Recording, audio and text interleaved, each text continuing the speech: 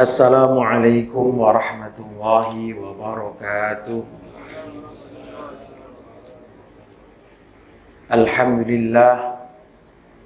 Alhamdulillah nahmaduhu wa nasta'inuhu wa nastaghfiruh. Wa na'udzu billahi min syururi anfusina wa min sayyiati a'malina.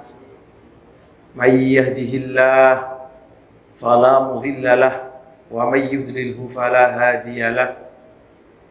أشهد أن لا إله إلا الله وحده لا شريك له شهادة تدخلنا دار الخلود وأشهد أن سيدنا محمدا عبده ورسوله صاحب المقام المحمود اللهم صل على سيدنا محمد وعلى آله وصحبه وبارك وسلم أجمعين Rabbi shrah li sadri wa yassir li amri wahlul 'uqdatam min lisani yafqahu qawli amin amma ba'd. Yang berbahagia dan dimuliakan oleh Allah Subhanahu wa taala, pengurusi masjid, tuan imam, para asatidah, tuan haji, puan hajah, tuan-tuan, puan-puan, adik-adik semua yang hadir di majelis yang mulia ini. Alhamdulillahirabbil alamin.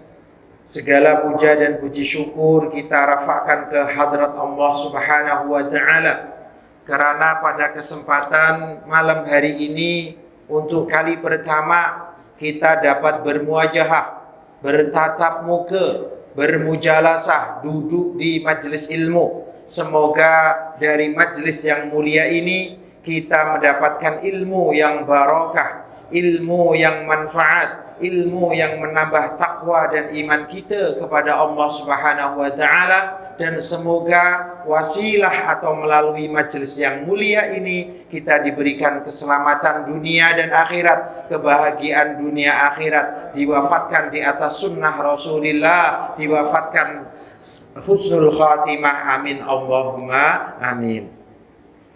Tuan-tuan, ini ada puan-puan tak ini? Ada sebelah sana, tak tampak.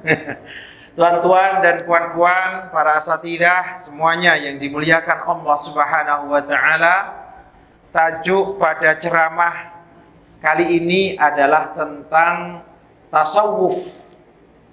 Tasawuf yang sahih lahir daripada akidah yang sahihah.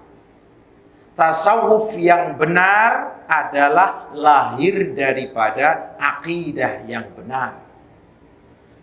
Tasawuf yang sesat, tasawuf yang bid'i itu pasti lahir daripada syariah atau akidah yang tidak sahihah.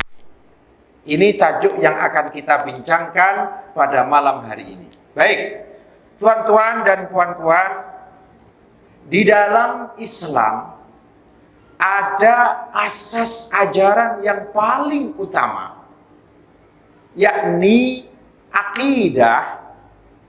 Yang kedua adalah syariah. Yang ketiga adalah tasawuf atau ihsan.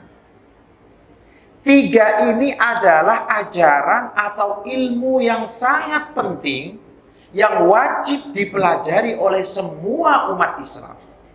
Maknanya macam mana? Apabila ada orang belajar tasawuf tetapi fikih tidak dipelajari, akidah tidak dipelajari, maka dia bukan 100% Ahlus Sunnah wal Jamaah. Orang yang belajar akidah tetapi syariah tidak dipelajari, tasawuf tidak dipelajari, dia juga bukan 100% Ahlus Sunnah wal Jamaah. Maknanya macam mana? Maknanya adalah untuk menjadi Ahlus Sunnah wal Jamaah yang 100%, mestilah dia mempelajari tiga asas penting dalam Islam, yakni akidah, syariah, dan tasawuf. Karena apa, tuan-tuan dan puan-puan? Ada ulama yang dalam satu ajaran dia Ahlus Sunnah, tetapi dalam ajaran yang lain dia bukan Ahlus Sunnah wal Jamaah. Contoh yang populer adalah Al-Imam Az-Zamakhsyari. Beliau ini seorang pakar lughah, pakar sastra. Sastra, ilmu balaghah, kemudian ilmu mantik mungkin, dan lain-lain. Tetapi walaupun beliau ini secara fikih, secara syariah pengikut mazhab Hanafi, tetapi secara akidah beliau bukan Ahlus Sunnah wal Jamaah. Beliau pengikut Mu'tazilah. Ini Imam Az-Zamakhsyari. Walhal beliau diiktiraf, diakui oleh ulama-ulama mufassirin Ahlus Sunnah wal Jamaah, beliau pakar di bidang lughah. Karena itu, kalau kita buka kitab-kitab tafsir Ahlus Sunnah wal Jamaah, ramai daripada mereka yang menakal, menukil, atau mengutip perkataan Imam Az-Zamakhsyari kaitan dengan bahasa. Karena beliau ini memang pakar dalam bahasa. Beliau punya kitab, yang kitab itu dipenuhi dengan akidah Mu'tazilah. Namanya Al-Kasyaf. Al-Kasyaf ini ditulis oleh Imam Az-Zamakhsyari, tetapi dipenuhi dengan akidah-akidah yang bukan Ahlus Sunnah wal Jamaah. Sayang sekali. Tetapi menurut sebagian riwayat, beliau ini sudah taubat dan tarojuk kembali kepada akidah Ahlus Sunnah wal Jamaah. Wallahu a'lam. Ini menurut sebagian pendapat. Bahkan menurut sebagian riwayat, beliau ini termasuk ulama yang tidak berkahwin. Nah, ini ada, tuan-tuan dan puan-puan, kitab khas yang ditulis oleh ulama, yakni Syekh Abdul Fattah Abu Huddah. Beliau menulis kitab tentang ulama-ulama yang jomblo. Jomblo tahu tak ini? Jomblo ini tak kawin. Nah, ada memang ramai ulama yang tak kawin. Imam Suyuti, Jalaluddin As-Suyuti. Beliau adalah seorang ulama yang karangannya ini hampir 600 karangan kitab. Beliau salah satu pengikut tarekat Syadziliyah. Beliau juga yang dulu pernah mentohmah Ibnu Arabi, tetapi pada akhir hayatnya beliau mengiktiraf dan menyokong Ibnu Arabi. Itu Imam Suyuti. Kitabnya, kitab karangannya hampir 600 kitab. 600 kitab. Beliau ini jomblo. Jomblo itu maknanya tak berkawin. Imam Nawawi. Imam Nawawi penulis kitab Arba'in Nawawiyah, penulis kitab Riyadhus Shalihin, Minhajut Thalibin, syarah Muslim, dan masih banyak lagi. Beliau ini juga jomblo. Karena beliau tidak perlu dengan yang begitu-begituan. Beliau sudah mungkin cintanya sama Allah yang kuat. Imam Nawawi, beliau ini seorang ulama besar, seorang hafidh hadis besar, waliyullah bittifaq, seorang waliyullah dengan kesepakatan ulama sufi besar. Beliau tidak berkawin. Imam An-Nawawi ada. Kalau waliyullah perempuan yang populer, Rabi'ah Adawiyah. Rabi'ah Adawiyah ini seorang ulama perempuan salaf, sufi besar. Beliau itu pun tak berkawin. Ada yang seperti itu. Ada lagi waliullah besar, masih guru suluk. Guru suluknya Imam Ahmad bin Hambal. Ini yang mengatakan ulama Hambali sendiri. Ada ulama Hambali yang mengatakan Imam Ma'ruf Al-Karhi, yang katanya makamnya ini termasuk tiryak mujarrab. Siapapun yang berdoa di makam beliau, maka doanya diijabah oleh Allah. Ma'ruf Al-Karhi, seorang waliullah besar, ulama salaf, guru daripada Imam Ahmad bin Hambal dalam suluk thariqah. Beliau juga katanya tidak berkawin. Ada kisah beliau mimpi, dalam mimpinya dia ada seperti dalam kiamat begitu. Kemudian ada budak-budak kecil bawa minuman, datang kepada orang tuanya masing-masing. Tapi dia tak ada yang bagi minum. Ma'ruf Al-Karhi. Nah, kenapa saya tak dibagi minum, yang lain dibagi minum? Karena engkau tidak punya anak yang mati kecil. Karena kau tak berkawin. Akhirnya dia bangun. Dalam bangunnya apa dia cakap? Kawinkan aku, kawinkan aku. Kata beliau. Tapi beliau insya Allah termasuk waliullah yang tak berkawin. Jadi kalau tuan-tuan ini berkawin, tak tahu waliwah atau tak ini. Nah, saya tak cakap begitu. Maksudnya memang waliwah itu ada yang berkawin, ada yang tak berkawin. Baik, tuan-tuan dan puan-puan. Jadi akidah yang sahih mesti juga ditopang dengan syariah yang sahihah, tasawuf yang sahih. Jangan pula seperti Imam Ibn Rushd. Imam Ibn Rushd dalam fikah, beliau pengikut Maliki. Kalau Az-Zamakhsyari ini kan pengikut mazhab Hanafi. Imam Ibn Rushd dalam fikah pengikut Maliki, bermadzhab Malik. Tapi dalam akidah beliau pengikut falsafat, bukan pengikut Ahlus Sunnah wal Jamaah. Maka beliau ini tidak bersetuju dengan Imam Al-Ghazali, Imam Ibn Rushd. Oke, jadi kalau kita nak jadi Ahlus Sunnah wal Jamaah 100%, akidahnya mesti oke, syariahnya mesti oke, tasawufnya mesti oke. Semua Ahlus Sunnah wal Jamaah. Tuan-tuan dan puan-puan yang berbahagia dan dirahmati Allah Subhanahu wa taala. 3 ajaran utama dalam Islam, yakni akidah, syariah dan tasawuf, ini ada di dalam hadis Jibril. Kalau tuan-tuan pernah belajar kitab Al-Arba'in An-Nawawiyah, hadis yang kedua itu menjelaskan tentang hadis Jibril. Kenapa dikira atau disebut dengan hadis Jibril? Karena hadis itu menjelaskan tentang syariat agama, pondasi-pondasi agama, asas-asas agama, karena malaikat Jibril datang bertanya kepada Nabi Muhammad. Oke, kisahnya ringkasnya demikian. Suatu ketika, ini hadis diriwayatkan oleh Sayyidina Umar bin Khattab. Suatu ketika, saat Rasulullah ini duduk bersama para sahabat, tiba-tiba iltola alaihi rajul, tiba-tiba muncul laki-laki, pakaiannya putih, rambutnya hitam. Jadi mungkin tak pakai peci. Rambutnya sangat hitam, pakaiannya sangat putih. Dan tidak ada yang kenal. La ya'rifu alaihi atharu safar, juga tak tampak. Dia datang daripada jauh. Karena Mekah dulu atau Madinah itu padang tandus.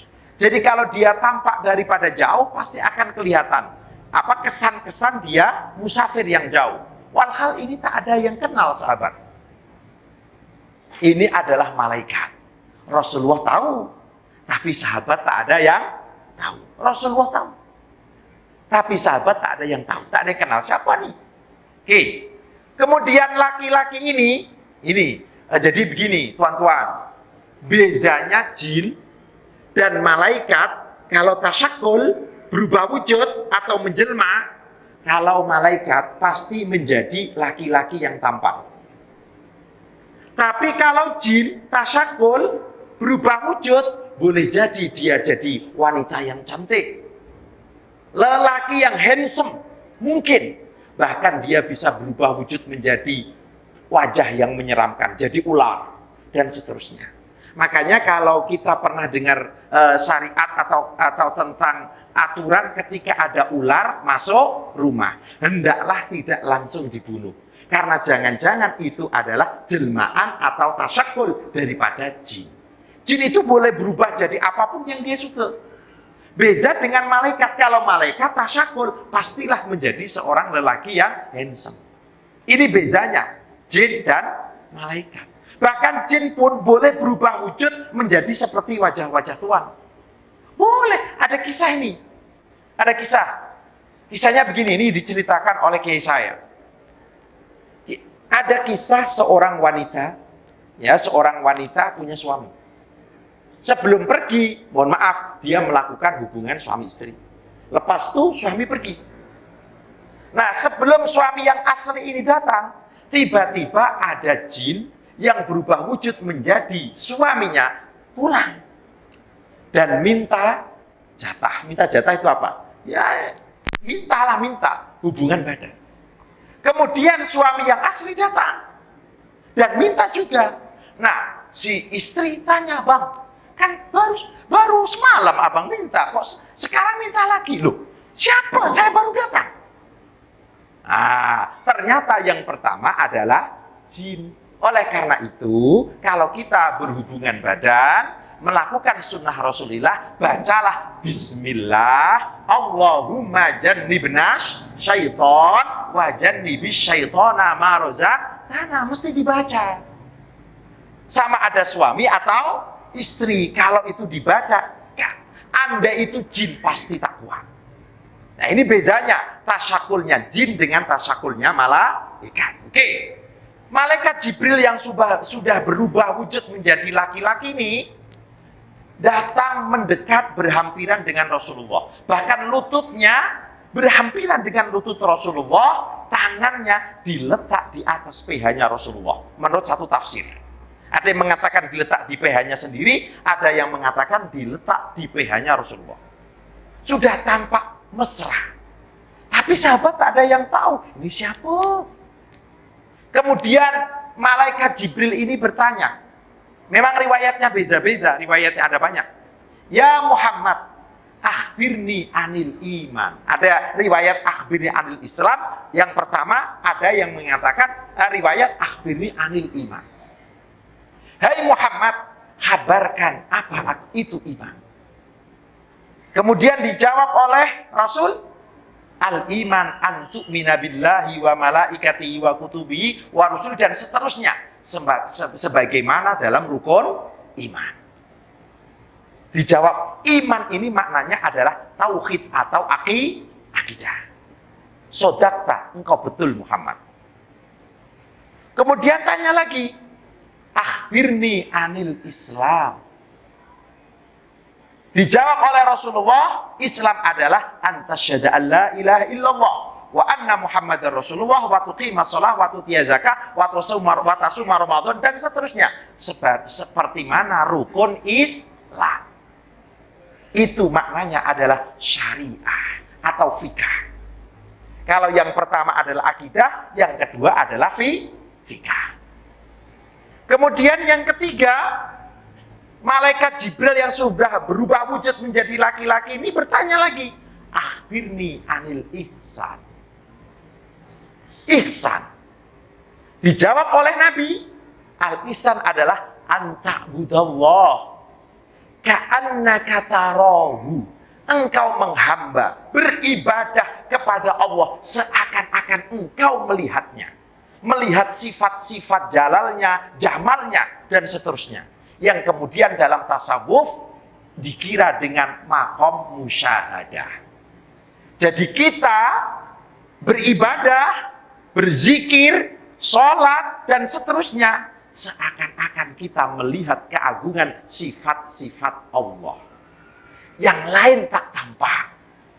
Tak tampak itu bermakna yang dilihat, yang diingat hanya Allah Subhanahu wa ta'ala. Yang mungkin di dalam ilmu tasawuf ini dikira dengan makom fana. Karena yang dilihat, yang diingat hanya Allah, Allah, Allah, Allah. Bukan yang lain. Oke. Fa'ilam takun tarahu, jika engkau tidak boleh melihat Allah, seakan-akan kau melihat Allah, fa'innahu yaraka. Ingatlah, Allah selalu melihatmu, mengawasimu, yang kemudian dalam tasawuf dikira dengan makom muraqabah. Jadi makom ihsan adalah gabungan daripada, bukan bergabungan, tapi ada mengandungi dua makom, yaitu makom musyahadah, seakan-akan kita ini melihat Allah, Allah, Allah. Ini yang kemudian disebut dengan makom fana. Kalau tak boleh seperti itu, maka berpindah ke makam muraqabah. Merasa selalu diawasi, dilihat oleh Allah Subhanahu wa ta'ala. Ini makom tinggi. Makom ihsan ini makom tinggi. Nah, untuk menggapai makom ini, makom ihsan ini, mestilah dia melalui ilmu-ilmu atau peringkat-peringkat. Peringkat-peringkat itu dikira dengan pendidikan pelajaran tasawuf. Di dalam tasawuf, inti pengajarannya adalah tentang tahalli dan tahalli. Tahalli maknanya apa? Membersihkan sifat-sifat mazmumah. Sifat-sifat yang tercela. suudzon, buruk sangka, sama ada dengan Allah dengan manusia. Terus kemudian hasad, kemudian sifat-sifat buruk yang lain dihilangkan. Itu namanya takhalli. Kemudian selepas sifat-sifat madhmumah ini dihilangkan, dihiasi dengan sifat atau tahalli. Tahalli itu maknanya menghiasi jiwa kita dengan akhlak-akhlak yang mahmudah, akhlak-akhlak yang terpuji. Barulah dia naik ke makom tajalli. Itulah makom ihsan. Jadi untuk menggapai makom ihsan, dia mesti belajar ilmu tasawuf. Tetapi ingat, ilmu tasawuf mesti asasnya adalah akidah yang sahihah dan syariah yang haqiqah atau syariah yang sahihah. Karena ulama-ulama tasawuf mengatakan, diantaranya adalah Imam Al-Qushairi, wa'lamu anna hadhihi ta'ifah, maksudnya adalah kaum sufi, banau ulumahum alal aqaid as-sahihah. Mereka membina ilmu mereka di atas akidah yang sahihah. Maknanya akidah yang jauh daripada bid'ah.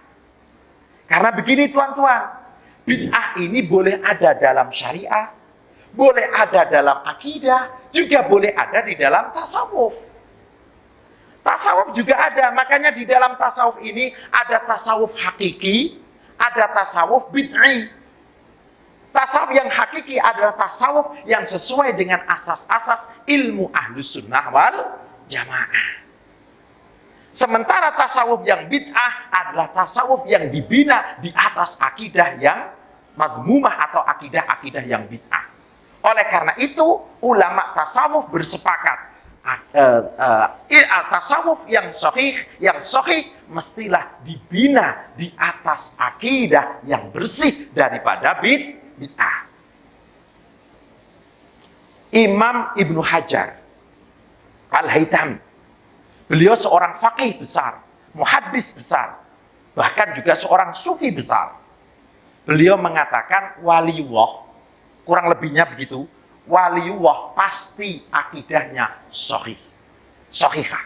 Tidak ada walinya Allah lahir dari kelompok atau aliran sesat. Kalau kita mengetahui bahwa di dalam akidah umat Islam ini akan berpecah menjadi 73. Sataftariqu ummati ala salatin wa sab'in. Umatku akan berpecah belah menjadi 73. Kulluha finnar illa wahidah. Maknanya apa? Yang satu ahlus sunnah, yang 72 adalah ahlul ahwa atau aliran sesat. Dan walinya Allah tidak ada yang lahir dari akidah yang bid'ah. Semua lahir daripada akidah ahlus sunnah wal jamaah. Sekali lagi, tidak ada walinya Allah yang berakidah sesat. Tidak ada walinya Allah yang berakidah dhalalah.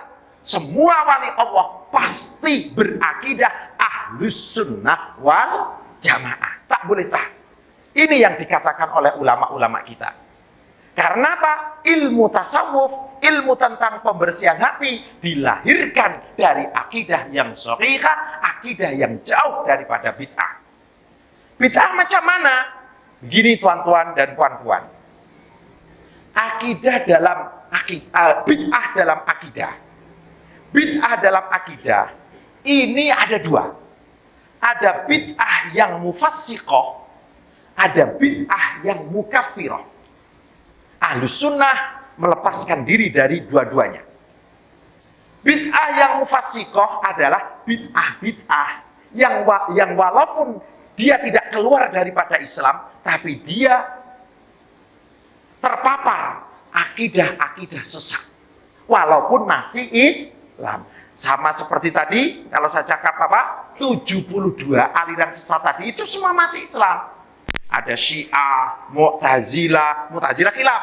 Memang ada yang mengatakan kafir, tapi majoriti ulama mengatakan masih Islam.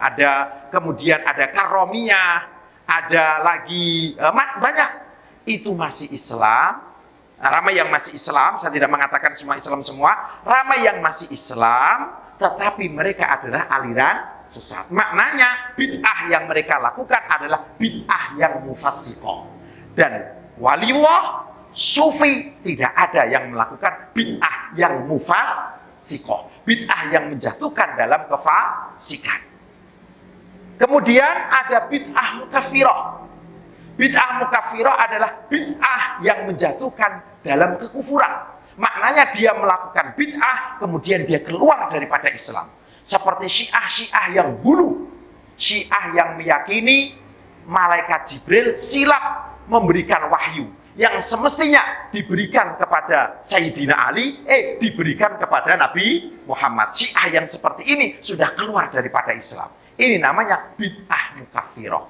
Seorang sufi yang hakiki, seorang waliullah tidak akan pernah melakukan bid'ah mukaffirah ataupun bid'ah mufassiqah, karena ilmu mereka dibina di atas akidah yang shahihah. Walaupun wali boleh saja silap, seorang ulama besar pun mungkin saja silap, tetapi mereka tidak akan pernah melakukan akidah yang mufassiqah ataupun akidah yang mukaffirah. Kalaupun mereka jatuh dalam mufassiqah, tentu mereka akan segera kembali bertaubat. Karena tidak ada walinya Allah yang dilahir atau wali yang memiliki akidah yang sesat. Bahkan ulama kita pun mengatakan la yattakhidallahu waliyan jahila. Allah tidak akan mengangkat wali yang bodoh, wali yang jahil. Kalaupun Allah mengangkat wali dari kalangan orang jahil, pasti dia akan dialimkan oleh Allah Subhanahu wa taala, karena tidak ada wali yang jahil. Kalaupun Allah mengangkat wali dari kalangan orang bodoh, pasti dia akan dijadikan alim oleh Allah dengan ilmu laduni, dengan ilmu kasyf dan lain-lain. Tuan-tuan dan puan-puan yang berbahagia dan dimuliakan oleh Allah Subhanahu wa taala, tadi saya katakan bahwa ajaran utama dalam Islam ada 3, yakni akidah, fikih atau syariah, kemudian yang ketiga adalah tasawuf atau ihsan. Oke, ini tidak boleh dipisahkan. Tak boleh dipisahkan sama sekali. Nah, macam mana kita memahaminya? Demikian. Ini isaknya masih berapa menit? Nanti isak dulu terus azan disambung atau macam mana? Azan disambung sedikit terus jamaah gitu. Oke. Begini, ulama kita telah memberikan peringkat-peringkat dalam kita beribadah. Yang pertama adalah syariah. Ini peringkat awal. Yang kedua adalah thariqah, peringkat kedua. Yang puncaknya adalah haqiqah. 3 martabat ini yang dijelaskan oleh ramai sekali ulama kita. Yang pertama adalah syariah. Maknanya kalau kita nak gapai makam hakikat, maka kita mesti mengerjakan syariah. Kemudian yang peringkat kedua atasnya adalah thariqah. Thariqah apa maknanya? Thariqah ini kita melaksanakan syariah dengan ikhlas, wirai, zuhud, dan lain-lain. Kalau kita mampu melewati syariat dan thariqah, kita akan menggapai intipati daripada syariat dan thariqah, yakni haqiqah. Atau dalam bahasa lain, namanya wusul, puncak keilmuan seseorang. Itu namanya haqiqat atau wusul ilallah. 3 martabat atau tingkatan ini. Yang pertama adalah syariah. Syariah ini boleh jadi syariat amaliyah, maknanya fikih atau fikah. Boleh jadi adalah syariah i'tiqadiyah, maknanya adalah akidah. Maksudnya, martabat yang pertama syariat, ini mesti syariatnya oke, fikahnya oke, akidahnya juga oke. Martabat yang pertama syariat. Syariat ini mengandungi syariat amaliyah, yakni fikah. Ada syariat i'tiqadiyah, maknanya adalah akidah. Bermakna seseorang yang mesti mengerjakan syariat, ini syariat akidah juga oke, syariat fikahnya juga mesti oke. Ini yang pertama. Kita kerjakan sholat, kita kerjakan zakat, kita kerjakan amaliyah lain. Kemudian akidah kita juga oke, tidak termasuk mujassima. Mujassima ini kelompok yang mengira Allah punya fisikal. Atau musyabbihah, yakni kelompok yang meyakini Allah sama dengan makhluk. Bahaya. Ini atau mu'attilah, kelompok seperti Mu'tazilah, Karramiyah, yakni mengira Allah tidak memiliki sifat-sifat. Kacau kalau akidah seperti ini. Jadi akidah Ahlussunnah wal Jamaah, akidah yang tidak tasbih, menyerupakan Allah dengan makhluk. Akidah yang tidak tatsim, mengira Allah punya fisik. Akidah yang bukan akidah taktil, mengira Allah tidak memiliki sifat. Akidah Ahlussunnah adalah akidah yang lurus, yang tidak tasbih, tidak tatsim, dan juga tidak taktil. Syariah akidahnya oke, syariah amaliyah atau fikahnya pun oke. Kalau sekarang kita boleh ikut mazhab Syafi'i, ikut mazhab Maliki, ikut mazhab Hambali, atau ikut mazhab Hanafi. Itu syariatnya oke. Kemudian selepas kita mengerjakan syariat, peringkat atasnya adalah thariqah. Thariqah ini ada dua makna, jangan salah paham.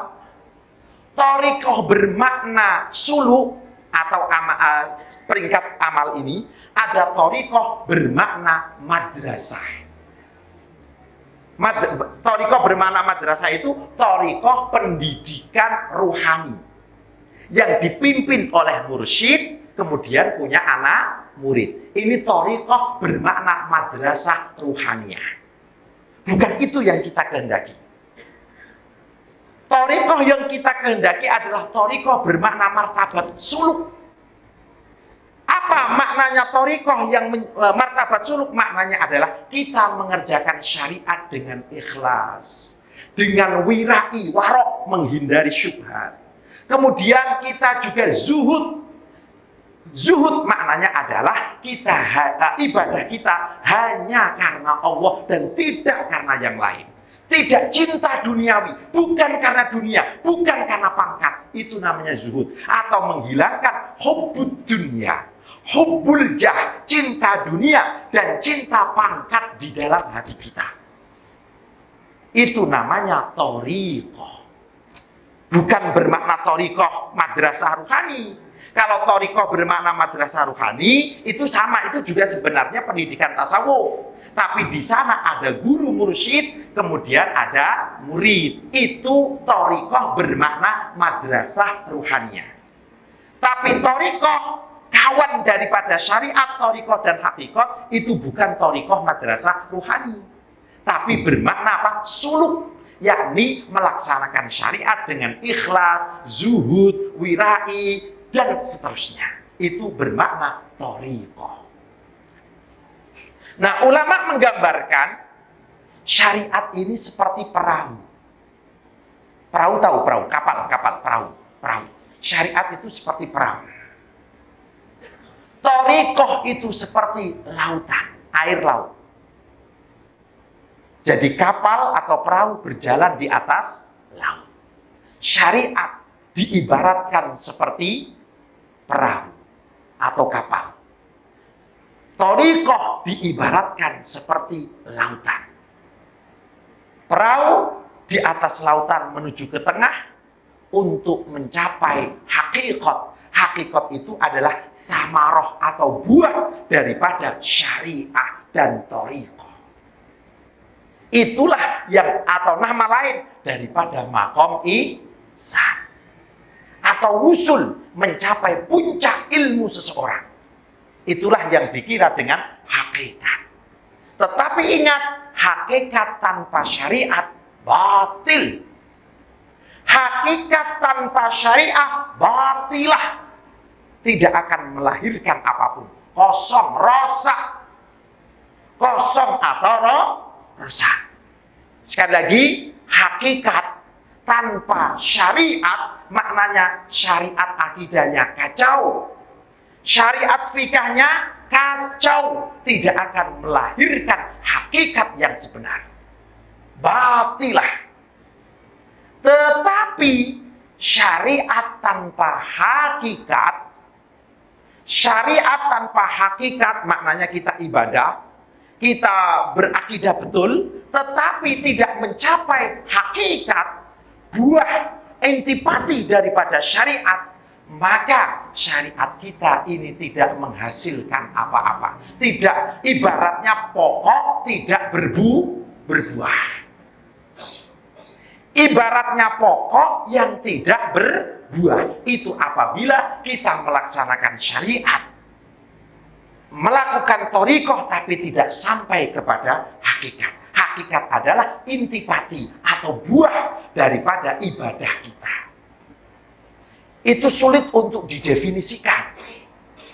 Karena hakikat ini rasa. Seperti wusul. Orang wusul kepada Allah itu macam mana takrifnya? Tak boleh digambarkan. Sama seperti tuan-tuan atau puan-puan saya tanya. Rasanya gula itu macam mana? Boleh tak mendefinisikan rasanya gula? Manis macam apa? Tak boleh didefinisikan. Itulah gambaran daripada orang wusul. Atau orang yang sudah menggapai makam hakikat. Cuman begini, orang wusul itu pun beda-beda. Ada wusul yang sempurna, seperti wusulnya para nabi, wusulnya para sahabat. Mereka tidak ada yang majdub. Ada tak sahabat nabi yang majdub? Tak ada. Itu wusul yang wusul yang sempurna. Tapi ada yang usul kurang sempurna. Biasanya walinya majdub. Tapi wali. Tapi majdub. Kadang-kadang ada wali yang seperti itu. Hukumnya kalau secara syariat, hukumnya ya orang seperti orang gila. Majnun. Tapi dia adalah orang yang istilahnya adalah tenggelam dalam cinta kepada Allah. Tapi karena dia tidak kuat, akhirnya dia mengucapkan kalimat-kalimat yang kadang-kadang muncul kalimat-kalimat kufur. Tapi dia sudah tidak sadar. Usul yang seperti ini usulnya bukan usul yang sempurna. Usul yang sempurna itu usulnya para nabi, usulnya para sahabat. Terbukti mereka usul, tapi tidak ada yang majdub. Jadi wali ada yang juga majdub, tapi walinya Allah. Ya, kalau seperti kisah misalkan kalau dekat Indun itu ada cerita Syekh Siti Jenar. Ada yang pernah dengar tak ini? Tapi saya tak tahu ini. Kisah Wali 9 itu macam mana ini? Kan itu ditambah-tambah itu. Kalau tuan-tuan tengok film apa? Wali 9 itu, saya pun kurang percaya itu. Wali 9-nya ada, saya orang Demak. Demak ini terkenal populer dengan kota wali. Karena dakwahnya Wali 9, Wali Songo itu dimulakan daripada Bandar Demak. Saya orang Demak. Tapi kisah dalam television itu sudah banyak ditambah-tambah itu. Nah, ada kisah tentang Syekh Siti Jenar. Syekh Siti Jenar ini katanya juga majdub. Orang majdub itu yang diucap itu sudah keluar syatohat. Syatohat ini ucapan-ucapan yang tak jelas. Kadang-kadang keluar ucapan seperti ucapan kufur. Misal, maafi jubati ilallah, yang ada dalam jubahku ini Allah. Nah, ini kan ucapan kufur. Tapi dia sedang majdub. Akalnya ditarik oleh Allah. Tak boleh dihukumi. Secara fikah dia majnun. Orang gila masa mau kita hukumi? Misalkan ada orang gila makan najis. Najis dimakan. Hukumnya macam mana? Dosa. Orang gila kok. Ya kan? Misalkan orang gila curi barang orang. Curi buah di kedai buah. Hukumnya macam mana orang gila? Ya tak ada hukumnya. Namanya juga orang gila. Nah, orang yang majdub, yang akalnya ditarik oleh Allah, wali-wali yang seperti itu hukumnya bukan mukallaf lagi. Sehingga ketika keluar ucapan-ucapan kufur, ya hukumnya ya seperti orang gila, gitu saja. Tetapi kadang, karena bahaya, sehingga kadang-kadang dibunuh. Karena membahayakan. Katanya Syekh Siti Jenar ini dibunuh oleh Wali 9. Dipenggal kepalanya. Karena ucapannya membahayakan. Tapi dia wali. Itu kalau betul kisah itu, wallahu alam, saya tidak mengetahui kisah itu sahih atau tak. Karena kisah wali 9-nya betul, tapi cerita-cerita tambahannya ini yang meragukan. Ini syak saya ini sebenarnya. Ya kan? Oke. Jadi sekali lagi, syariat mestilah ada hakikat. Supaya kita merasakan buah daripada ibadah kita.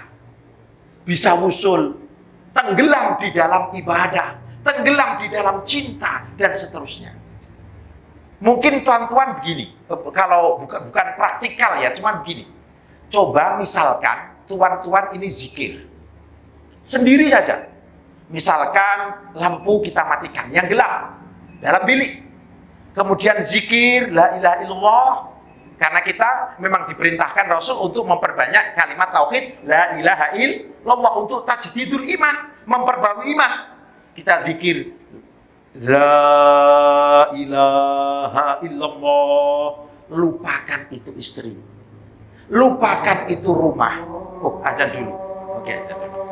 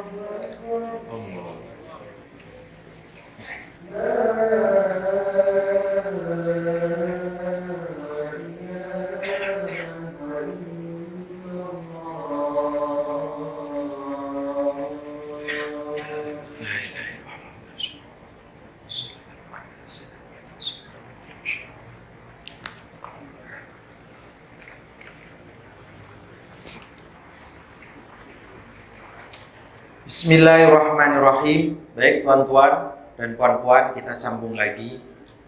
Kalau dulu ada waliullah, ini memang kontroversi, namanya Husain Al-Hallaj. Ini juga kontroversi. Maknanya ada yang mengkafirkan, tapi juga ada yang meyakini dia wali. Ulama dulu. Habis sama seperti Ibnu Arabi, memang wali-wali kontroversi. Jadi yang mentohmah banyak, yang mengiktiraf wali juga banyak. Dulu ada namanya Husain Al-Hallaj. Sama, dia seorang wali yang majdub juga. Kalau orang Indon ada namanya Syekh Siti Jenar, wawalam itu kisah yang betul atau tak. Tapi kalau masa dahulu ada namanya wali Husain Al-Hallaj atau terkenal dengan Al-Hallaj. Dia sama dibunuh oleh ulama-ulama. Bahkan di antara yang membunuhnya adalah Sayyidut Thaifah, Imam Junaid Al-Baghdadi. Karena apa? Ucapannya membahayakan. Tapi secara batiniah mungkin saja dia adalah walinya Allah. Jadi dia akalnya ditarik oleh Allah sehingga muncul ucapan-ucapan yang sulit dipahami, bahkan kadang-kadang ucapan yang mendekati kekufuran. Namanya juga orang majnun. Ada seperti itu. Oke, tapi saya tak nak bincangkan ini. Oke. Nah, dalam hakikat juga dalam syariat, dua-duanya ini tak boleh dipisahkan. Tadi saya katakan hakikat tanpa syariat, hakikat tanpa syariat rusak, batil. Tetapi syariat tanpa hakikat masih cukup oke, tapi kurang sempurna gitu saja. Syariatnya sudah oke, walaupun belum mencapai hakikat, tapi sudah oke. Tapi ibadahnya belum membuahkan apa-apa. Seperti pokok tanpa buah. Tapi kan masih oke, lagi oke daripada orang yang punya hakikat, tetapi dia tidak bersyariat. Karena itu Imam Malik, ulama-ulama dulu ini juga bertasawuf, tuan-tuan. Ini ramai orang yang mentohmah tasawuf. Walhal kalau kita buka kitab-kitab sejarah, kitab-kitab manaqib, kitab-kitab biografi ulama-ulama besar dulu, mereka juga bertasawuf. Contohnya Imam Ahmad bin Hanbal. Beliau Imam Ahlussunnah wal Jamaah, murid Imam Syafi'i, pakar hadis besar, memiliki kitab hadis 6 juzuk Al-Musnad. Beliau punya guru tasawuf namanya Ma'ruf Al-Karhi. Tadi saya sebutkan di awal. Bahkan pernah beliau ini sakit, dia duduk tapi seperti orang tidur. Nah, kemudian disebut nama Ma'ruf Al-Karhi. Beliau langsung duduk menghormat. Hanya disebut nama wali, nama sufi, beliau langsung duduk begini. Putranya Abdullah bertanya, "Ya ayah atau bapak, abah, kenapa kok seperti itu?" Kurang lebihnya beliau bercakap, "Tidak baik ketika nama seorang wali, seorang soleh disebut, kita tidak menghormat." Bayangkan. Jadi kalau tuan-tuan nak seperti Imam Ahmad, ketika disebut nama Rasulullah, disebut nama wali-wali, sebaiknya duduk dengan baik. Jangan tiduran. Begitu. Makanya ada ucapan yang populer, inda dzikris sholihin tanzilur rahmah. Ketika nama orang soleh disebut, rahmat Allah akan turun. Ini adab Imam Ahmad. Beliau punya guru suluk namanya Ma'ruf Al-Karhi yang terkenal dengan akhirnya Al-Mujarrab. Siapapun yang berdoa di makam beliau pasti mustajab. Ini diiktiraf oleh ulama-ulama besar seperti Imam Al-Dhahabi, Al-Hafidh Al-Dhahabi, Al-Hafidh Ibnu Jauzi, dan seterusnya. Imam Al-Hafidh Ibnu Asakir pun mengiktiraf kuburnya Imam Ma'ruf Al-Karhi ini mubarak, diberkahi. Tiryak mujarrab, siapa yang berdoa di sana mustajab. Ini masih guru daripada Imam Ahmad bin Hanbal, guru suluk lah. Kemudian Imam Malik, beliau adalah ulama salaf yang pernah berkata, man tasawwafa walam yatafaqqah faqad tazandaqa. Wa man tafaqqaha walam yatasawwaf faqad tafassaqa. Wa man jama'a bainahuma faqad tahaqqaqa. Siapa yang bertasawuf, belajar tasawuf, tetapi dia tidak belajar syariah, tidak belajar fikih, tidak belajar syariah, maka boleh jadi dia akan jatuh dalam zindik. Ramai yang seperti ini. Orang-orang sok tasawuf, sok sufi, tetapi dia tidak bersyariat. Dia tidak punya akidah yang shahihah. Karena itu Imam Asy-Syafi'i dalam kitab Manaqib Syafi'i yang ditulis oleh Al-Hafidh Al-Baihaqi, beliau mentohmah sufi jahil. Sufi jahil itu siapa? Orang yang belajar tasawuf tetapi tidak mau belajar syariah. Sama ada syariah i'tiqadiyah yakni akidah, atau syariah amaliyah yakni kitab atau pelajaran fikih. Ini ditohmah oleh Imam Asy-Syafi'i. Dan Imam Malik mengatakan, Wa man tasawwafa, siapa belajar tasawuf, walam yatafaqqah, dia tidak belajar fikah atau tidak belajar syariah, faqad tazandaqa, boleh jadi dia akan jatuh dalam zindik. Zindik ini tak beragama. Karena zindik ini pengertiannya orang yang tidak beragama, atau ada yang memaknai orang yang lahiriahnya menampakkan Islam tapi batinnya bukan Islam. Itu zindik.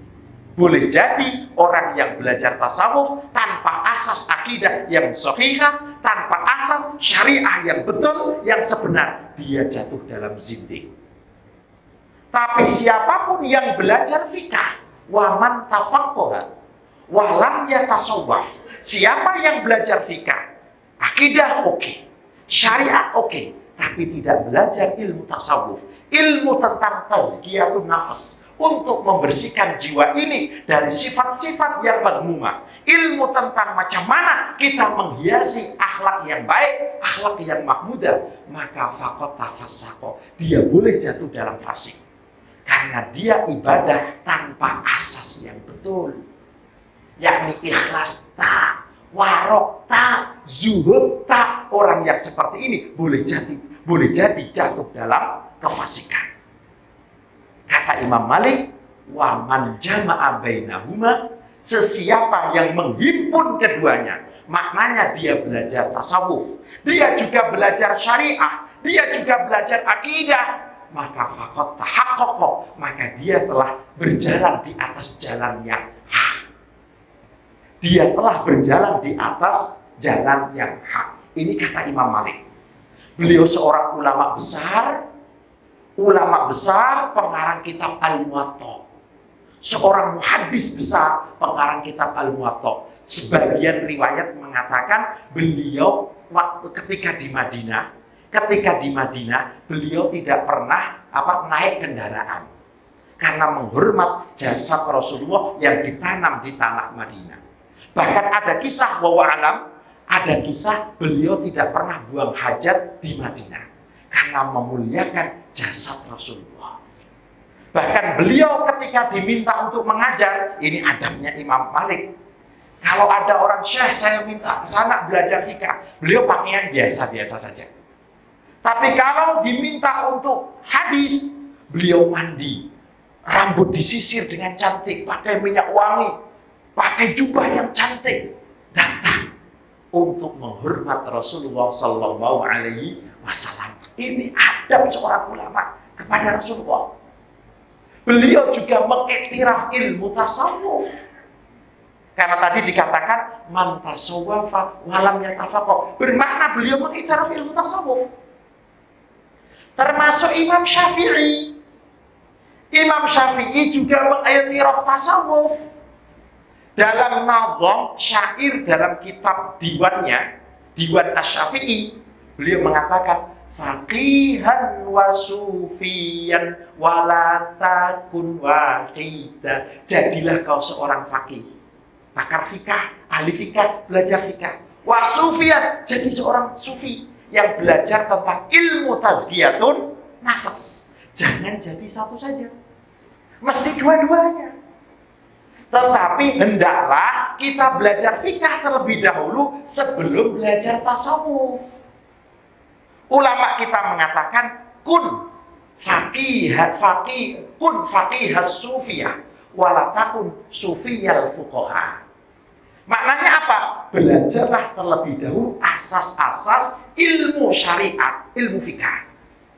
Jangan jadi sufi dulu baru belajar fikah atau akidah. Belajar akidah dulu, asas-asas akidah dipelajari, asas-asas fikah dipelajari, barulah belajar tasawuf, ilmu tentang pembersihan jiwa. Jangan belajar tasawuf terlebih dahulu sebelum belajar asas-asas akidah dan asas-asas syariah. Kurang cantik. Ini saya contohkan satu. Bagaimana ulama-ulama fikih yang tidak belajar tasawuf. Ada seorang waliullah yang hendak menguji seorang ahli fikih. Ahli fikih ulama mazhab Malik, saya lupa namanya. Tapi ulama fikih madzhab Malik. Ulama besar, populer, banyak yang menghormat, cium tangan, di mana-mana dimuliakan. Tapi ada wali yang memuji dia. Nanti kita panggil dia, kita jemput dia, kita akan buat jamuan. Kita akan buat jamuan besar, panggil dia. Ulama-ulama panggil, dia juga panggil. Tapi tolong nanti kalau ulama itu datang, jangan ada yang menyambut. Ini hanya untuk menguji saja. Kalau tetamu mestinya dihormati ada, tapi ini untuk menguji. Jadi kadang-kadang wali itu menguji ahli ilmu itu. Kemudian betul, ketika datang, anak murid dia tak ada yang sambung. Akhirnya ulama besar ini duduk di tepi jalan. Tak ada yang hormat, tak ada yang menyambut. Terus kemudian wali ini datang. Oh Tuan Guru, kau datang, Alhamdulillah. Kurang lebihnya begitulah. Alhamdulillah kau datang, Alhamdulillah. Terus ditanya, macam mana tak ada yang nyambut? Jujur, macam mana nyambut? Ya saya sakit. Tidak ada yang memuliakan. Tidak ada yang menyambut saya. Kan kalau orang itu sudah besar, tidak ada yang memuliakan, ya kan? Pasti hatinya panas. Wah kurang asam, tak ada yang menghormat saya nih. Misalkan saya datang, tidak ada yang memuliakan. Kan gitu ini, perlu diuji nih. Kan begitu, ya betul itu diuji. Terus akhirnya kurang lebihnya wali ini berkata, orang yang masih minat untuk dimuliakan orang, dihormati orang, tak layak jadi ahli Allah. Akhirnya ulama ini berdiri dan berteriak, sekarang aku bertaubat, dan akhirnya jadi muridnya wali ini. Ini diceritakan oleh Syekh Abdul Wahab Asy-Sya'rani. Dalam kitabnya kalau tak silap Al-Ajwibah Al-Mardiyah. Ada seperti itu. Jadi tuan-tuan guru itu yang boleh nguji mesti wali. Kalau kita tak boleh. Masa kita mau uji guru ini? Kalau wali boleh lah diuji lah. Wali ada yang menguji. Ahli fikih itu. Ada lagi kisah ini. Al-Imam Fakhruddin Ar-Razi. Mufassir besar. Kitab tafsirnya ada 17 jilid atau 19 jilid. Juzuk itu. Beliau pernah mau masuk tarekat tasawuf. Tarekat madrasah ruhani itu ada Syadili, ada Naqsabandi dan macam-macam itu. Kemudian dia cakap sama seseorang, tolong sampaikan kepada mursyid engkau, guru engkau, saya nak jadi murid dia. Saya nak belajar thariqah. Terus guru cakap gini, dia tak akan kuat. Tak perlu dia kesini, tak akan kuat. Terus kemudian Imam Fakhruddin Ar-Razi tetap datang. Tuan guru saya tetap nak jadi murid engkau. Tolong bimbing aku ingin masuk tarekatmu. Baik, kalau seperti itu, diuji. Nah, masuk tarekat itu ada ujiannya. Seperti sekolah itu. Jadi kalau kita masuk tarekat kok tidak diuji, jangan-jangan ini kita bukan sufi yang hakiki. Nah, jadi diuji tuh Fakhruddin Ar-Razi. Udah kamu masuk bilik, kamu wirid ini. Kemudian gurunya berdoa, ya Allah, cabut ilmu dia. Ini ujiannya begitu. Cabut ilmunya, angkat dulu ilmunya. Tapi bukan tak dikembalikan, tetap dikembalikan. Tapi untuk menguji saja, cabut ilmunya. Dalam wiridnya dicabut ilmunya sama Allah. Tiba-tiba Imam Fakhruddin Ar-Razi ini berteriak-teriak, Syekh, aku tak kuat. Kemudian diminta untuk keluar, oke, saya sudah cakap, engkau tak akan kuat. Kenapa kau tak kuat? Karena di hatimu masih ada minat dimuliakan orang. Di hatimu masih ada keinginan kau jadi yang number one daripada yang lain. Orang yang seperti itu tak patut menjadi ahli Allah. Kurang lebihnya seperti itu. Dah, kau keluar dulu, aku anggap sebagai akhun fillah, saudaraku sesama umat Islam. Aku doakan kau. Kurang lebihnya seperti itu. Coba bayangkan. Ujiannya begitu. Jadi walaupun ulama diuji oleh wali. Sama seperti kisah juga yang diceritakan oleh Syekh Abdul Wahab Asy-Sya'rani. Ada seorang kadi, juga seorang ulama. Dia mengajar. Ya seperti saya, inilah mungkin begitu. Tapi tiba-tiba ada orang di pintu itu berdiri. Bukan nak bertanya, tapi mencaci maki. Coba bayangkan. Tok guru, ulama besar, tiba-tiba orang berdiri mencaci maki, mentohmah. Kalau saya ini saya lempar handphone itu. Kan begitu. Kurang ajar, kurang asap ini. jauh-jauh daripada Indon saya dicaci maki. Kan begitu kurang lebihnya. Berarti ini kurang cantik lah ya. Itu selama 2 bulan seperti itu. Setiap hari ditokmak. Tapi dia diam terus. 2 bulan orangnya sakit. Yang mentohmah tadi orangnya sakit. Kalau saya, alhamdulillah, kan begitu. Kalau saya, itu kan begitu. Tapi ini ulama hebat, hatinya cantik. Dia datangi, orangnya mana, rumahnya mana. Datangi, Tuhan kenapa tak datang lagi? Aku sudah rindu cacianmu. Ini kalau hatinya bersih. Orang hatinya bersih itu seperti itu. Bukan sekedar cakap-cakap saja. Kalau cakap-cakap orang, siapapun boleh. Penceramah itu pun pintar cakap. Wong penceramah. Biasanya penceramah ini paling sulit diceramai. Karena dia sudah boleh ceramah. Dinasihati penceramah ini paling sulit dinasihati. Oke, ayo buktikan. Ya kan, itu orang yang tidak ikhlas. Penceramah mesti ikhlas. Kalau penceramah ini mengajak jamaahnya ikhlas, penceramahnya juga ikhlas, kan begitu. Tapi sulitnya minta ampun ikhlas itu. Ikhlas itu katanya mbah-mbah itu anak kamu. Sulitnya orang untuk ikhlas. Bahkan ini dikisahkan juga Syekh Abdul Wahab Asy'arani. Ada orang yang pura-pura jadi orang gila. Ada orang yang pura-pura jadi pencuri. Dia pura-pura jadi mengendap-endap mau curi baju orang. Orang mandi dicuri, dipakai, tapi kelihatan sehingga tampak dia mencuri pakaian. Akhirnya dipukuli orang, kau pencuri, kau pencuri. Setelah dipukuli macam-macamnya. Alhamdulillah. Sekarang aku tak lagi berharap pujian manusia. Aku hanya berharap pujian Allah. Aku tak minat dimuliakan manusia. Aku hanya minat dimuliakan Allah. Begitu itu kalau wali itu. Sulitnya minta ampun. Kalau kita ini hanya wali murid. Nah, wali murid, ya, anak kita jadi murid sekolah kan, berarti wali murid. Seperti itu. Bahkan ada wali yang sewa orang, bayar orang untuk mentohmah dia. Nanti ya, saya nak ajar, saya nak ceramah. Kau aku bayar, tolong ketika aku nanti ceramah, tengah-tengah aku ceramah, kau caci maki aku. Supaya apa? Kuat. Aku tidak berharap pujian manusia. Tapi aku hanya berharap pujian Allah Subhanahu wa ta'ala. Ini sufi ya seperti itu. Kalau sekarang ini ramai orang yang mengaku-aku sufi. Ramai, saya tak menilai orang ya. Tapi ramai yang hanya mengaku-aku saja. Dia hanya belajar tasawuf, tapi ilmunya belum di dada. Karena apa? Ilmu itu fisudur, bukan fisutur. Kan begitu, ilmu itu di dada. At-taqwa hahuna. Takwa ini di sini. Bukan ditampak-tampakkan sok suci, bukan. Sulitnya jadi ahlullah. Sulitnya jadi sufi yang hakiki. Sulitnya jadi walinya Allah. Boleh tak bercita-cita jadi walinya Allah? Boleh.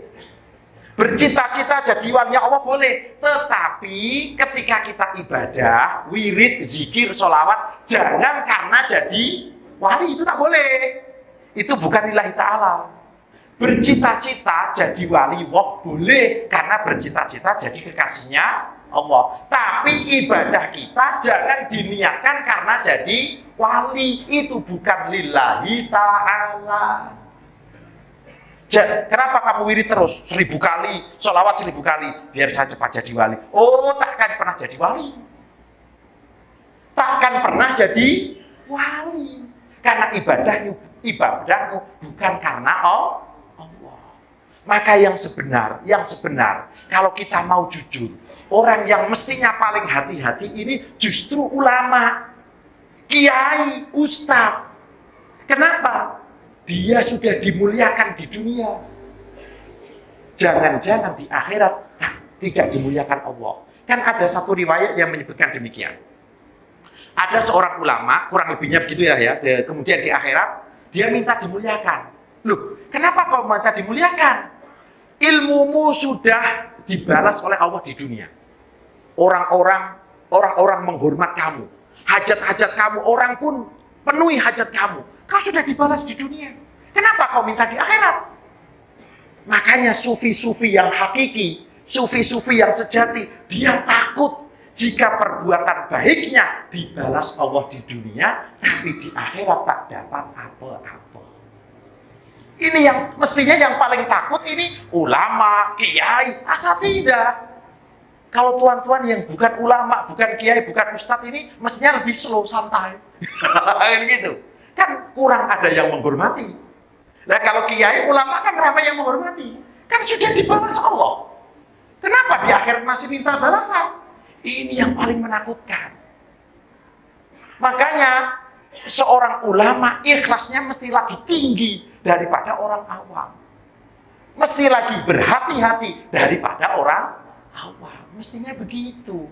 Nah kita ini sudah dimuliakan orang, apa keperluan kita sudah dipenuhi orang, kan sudah dipenuhi di dunia, dibalas di dunia. Kenapa di akhirat masih minta? Ini yang mesti kita hati-hati. Sulitnya jadi orang baik, sulitnya jadi ahlullah. Kurang lebihnya seperti itu. Jadi ini nasihat untuk saya, juga untuk tuan-tuan juga, bukan untuk tuan-tuan saja. Penceramah juga perlu nasihat. Betul atau tak?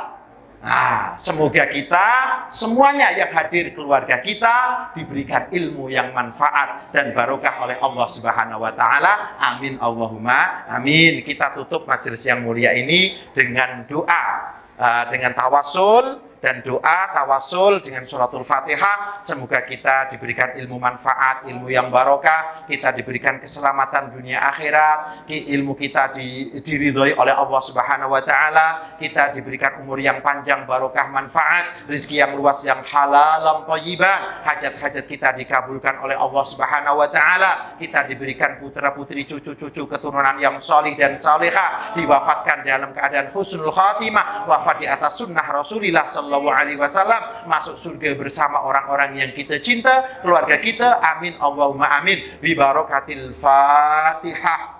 A'udzu billahi minasyaitonir rajim. Bismillahirrahmanirrahim. Alhamdulillahirabbil alamin arrahmanir rahim maliki yaumiddin. Iyyaka na'budu wa iyyaka nasta'in. Ihdinas siratal mustaqim. Siratal ladzina an'amta 'alaihim ghairil maghdubi 'alaihim waladdallin. Amin. Demikian daripada saya, mohon maaf apabila ada kekurangan dan kesilapan. Wabillahi taufik wal hidayah. Wassalamualaikum warahmatullahi wabarakatuh.